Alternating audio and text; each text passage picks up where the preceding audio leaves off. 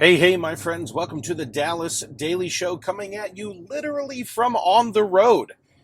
I had to share a story with you here. Today's topic is begging on the side of a flooded road. All right, let's get into the conversation. All right, my friends, I'm going to go ahead and apologize now for the audio, but I'm recording this from my phone because I had to share this insight.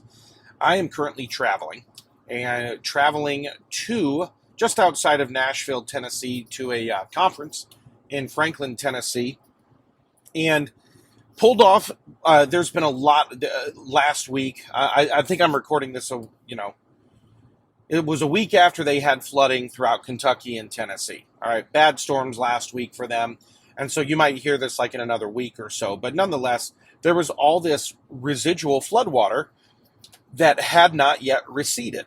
And so in this receding process, there are certain areas that are just still a little bit flooded. Well, I pull off this exit to get some gas, literally just now.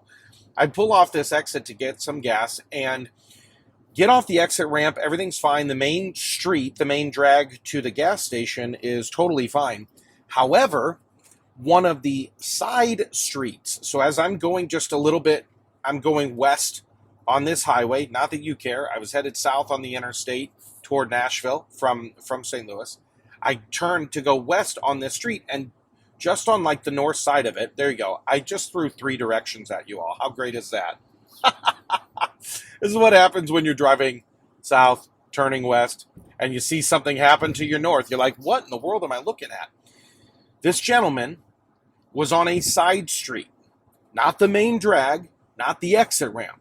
Was on a side street, the median of a little 2 or 4 lane turn that led down to, some restaurants and some other stuff. He's literally standing on this median and everything around him is flooded. That side street is flooded.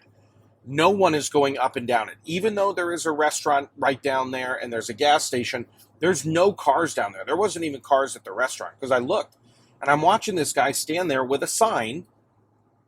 He's standing there with a sign asking for food or asking for money, asking for support on a flooded street, standing on the median of a flooded street. I honestly, I wish, sounds terrible, I wish I had snapped a photo of it because I would make that the episode artwork. It was just, I drove past, I've said literally 3 or 4 times now, so I'm going to stop using that word, but I'm also not speaking figuratively because I actually said out loud, hey, buddy, I think you're standing on the wrong street corner. And I kind of chuckled to myself. And let's take the emotions of someone off on the side of the road begging for just a second. The visual was very funny.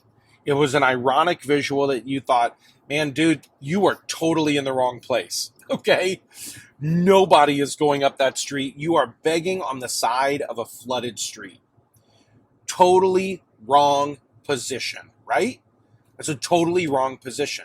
However, it got me thinking about me, and it got me thinking about you.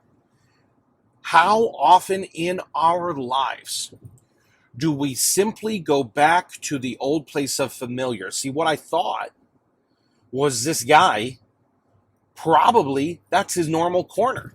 That's where he always goes. He doesn't go to the exit ramp. He stays on his normal spot. So he just went back, most likely, to a familiar place, because I guarantee you, nobody would look at that logically and go, yeah, that's probably going to be an ideal place for people to give you some funds or some support today. Literally, yeah, I used it again. No one can get to you there. And he probably had to wade through the foot of water or so that was there. He probably had to wade to that to get to the median anyway. So he had to work to go back to what was most likely a familiar place where there were currently no resources and no support. And I just began to think in my life and in your life, here's the question. How often are we going back to old resources or going back to old familiar patterns that once supplied what we needed but no longer do, but we stay in them or we continue to go back to them simply because they are familiar?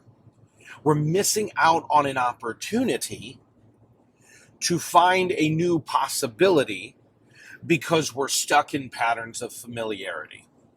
And I'm very aware that I just gave you a rhyme there and didn't even try. So let's say it again. It's very likely that we are missing out on new opportunities because we continue to travel back to the familiarity of our old reality. What was once a resource that is now literally flooded with other stuff. There it is. I said literally again, y'all. Did you hear it? I must have been talking with my teenagers too much recently. I just want you to consider, are there places in your life that maybe you should move away from them, but you continue to return to them even though they're flooded and no longer a resource of new possibility for you? Because it's simply a return to the familiar. It's what you've always known.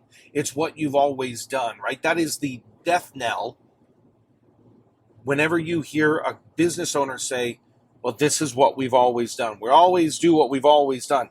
That is literally, this is what happens when you're driving for 4 hours by yourself. Literally, you begin to think literally, love. That is actually what is happening. When you are constantly just falling back in the robotic patterns, and we're going to talk about that a little bit more this week, especially in this week's Mind Shift episode.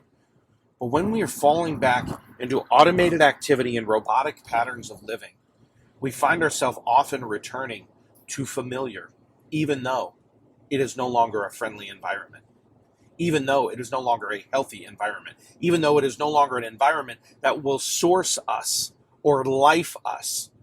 So the question I have for you is, are there environments you need to walk away from, but you continue to go back to because they're automated activity? So here's your positive play call for this week. I am able to break free from old patterns. That's what I want you to write on your positive play call this week. I am able to break free from old patterns. And that's going to be a topic that we're going to keep visiting all week long, my friends. I am able to break free from old patterns. All right, that's it. That's all I got for you, my friends. Go out there, literally, and have a championship day. Thanks for listening to my dad's podcast. For more tools, go to dallasdailyshow.com. Be sure to like, subscribe, and share. Thank you.